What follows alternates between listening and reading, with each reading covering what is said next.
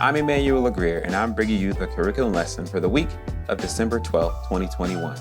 Our lesson is entitled The Mercy of Justice, and the scriptural reference is 2 Samuel chapter 9.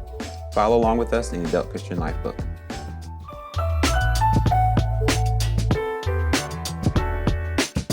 Today's passage shares about a time in which David became king through God's anointing.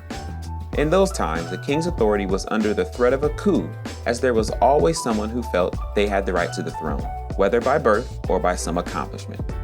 The ruling king had to always be on guard to keep the would-be usurper from murdering him or raising a coup against him. For these reasons, it was not uncommon for a king to search out any potential competitors and have them put to death. And this would have been highly likely in David's case, as he did not have the benefit of lineage or heritage. David was a bitter enemy of Saul, the rightful king, and called for Saul's descendants to be brought to him.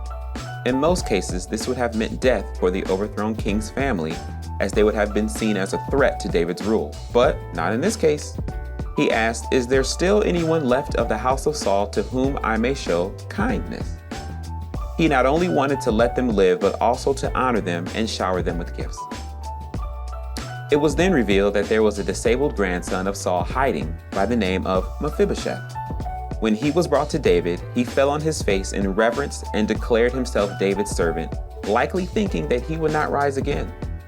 It must have been terrifying for Saul's young grandson to be taken from his home and brought in front of the king who had been his grandfather's enemy. Mephibosheth had no reason to expect the kindness of which David had spoken earlier in this passage. He had every reason to regard him as an enemy. However, David's promise had the power to quiet his fears, and it did just that. The passage goes on to share that King David ordered the lands of Saul be given to his grandson, Saul's servants would become his servants, and Mephibosheth would eat from the king's table, thus making him a member of the family. Not only that, Mephibosheth also had a son, and David's act of kindness in the passage actually ensured the lineage of Saul. This study explores how David showed kindness and hospitality to Mephibosheth. In 1 Samuel chapter 20, Jonathan, Saul's son and rightful heir, asked David to treat his family with love and kindness, to which David agrees.